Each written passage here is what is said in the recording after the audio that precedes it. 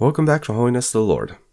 So I'm a fan of Jacob Hansen's model of faith and testimony, in that one has to have a foundation of Christianity for the restoration to make sense, and one has to have a foundation of a belief in God for Christianity to make sense. These thoughts have led me to the idea that I should ponder on my own faith in God and my faith in Christ, to ensure that my testimony of the restored Church of Jesus Christ has a firm foundation. So here, I'd like to record what thoughts I've had. For the belief in God, I think what compels me the most is summarized by President Uchtdorf when he talks about a yearning from home as follows. My dear friends, nearly a century ago, a family from Oregon was vacationing in Indiana, over 2,000 miles away, when they lost their beloved dog, Bobby. The frantic family searched for the dog everywhere, but to no avail. Bobby could not be found. Heartbroken, they made the trip home, each mile taking them farther away from their cherished pet. 6 months later, the family was stunned to find Bobby on their doorstep in Oregon. Mangy, scrawny, feet worn to the bone, he appeared to have walked the entire distance by himself. Bobby's story captured the imagination of people across the United States, and he became known as Bobby the Wonder Dog. Bobby is not the only animal who baffled scientists with an amazing sense of direction and instinct for home. Some monarch butterfly populations migrate 3,000 miles each year to climes better suited for their survival. Leatherback turtles travel across the Pacific Ocean from Indonesia to the coast of California. Humpback whales swim from the cold waters of the North Pole and South Poles toward the equator and back. Perhaps even more incredibly, the Arctic tern flies from the Arctic Circle to Antarctica and back every year, some 60,000 miles. When scientists study this fascinating behavior, they ask questions such as, how do they know where to go? And how does each successive generation learn this behavior? When I read of this powerful instinct in animals, I can't help but wonder, is it possible that human beings have a similar yearning, an inner guidance system, if you will, that draws them to their heavenly home? I believe that every man, woman, and child has felt the call of heaven at some point in his or her life. Deep within us is a longing to somehow reach past the veil and embrace heavenly parents we once knew and cherished.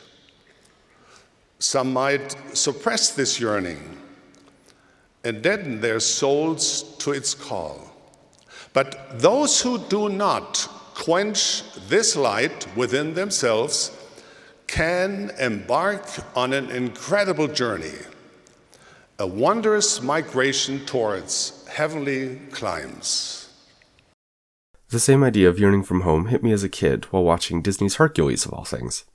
When the song Go the Distance comes on, the lyrics say, I have often dreamed of a far-off place where a great warm welcome will be waiting for me, where the crowds will cheer when they see my face, and a voice keeps saying, this is where I'm meant to be. To me, this feeling is obvious when you look across human history.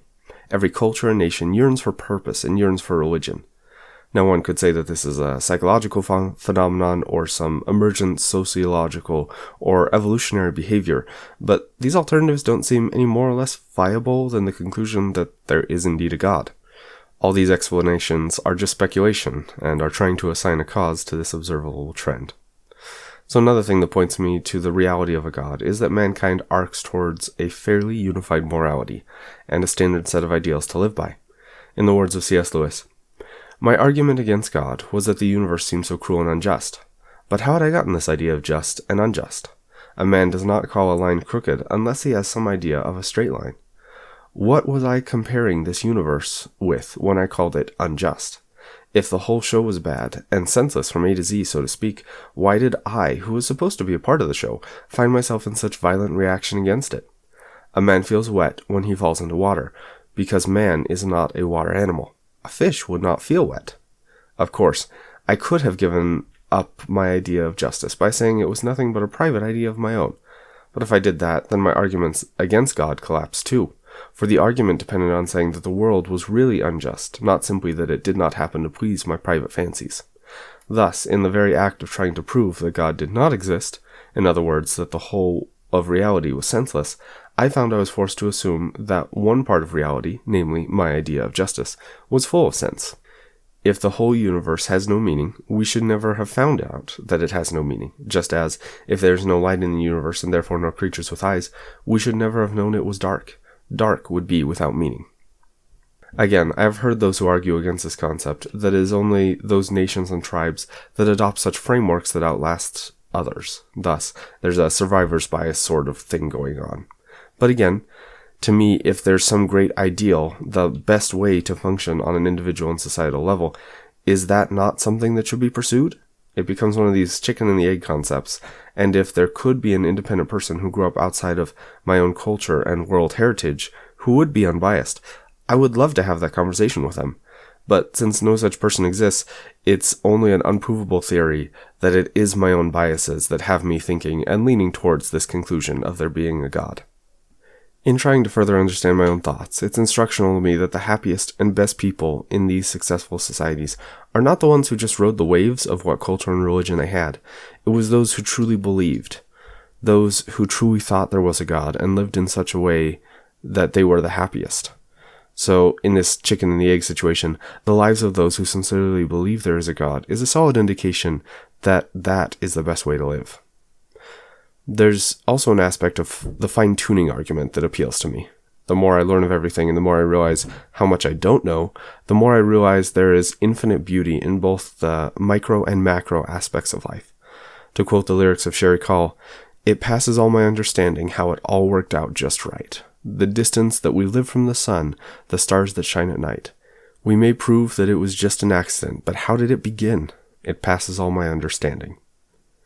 Again, I've heard people argue that the combination of random chance, millions of years, evolution, and such are the cause of things happening just like they have, or the probabilities don't matter because it already is, thus there's a probability of it being 1. But when it comes down to it, there seems to be no more compelling evidence to choose this theory over the theory that there is a creator.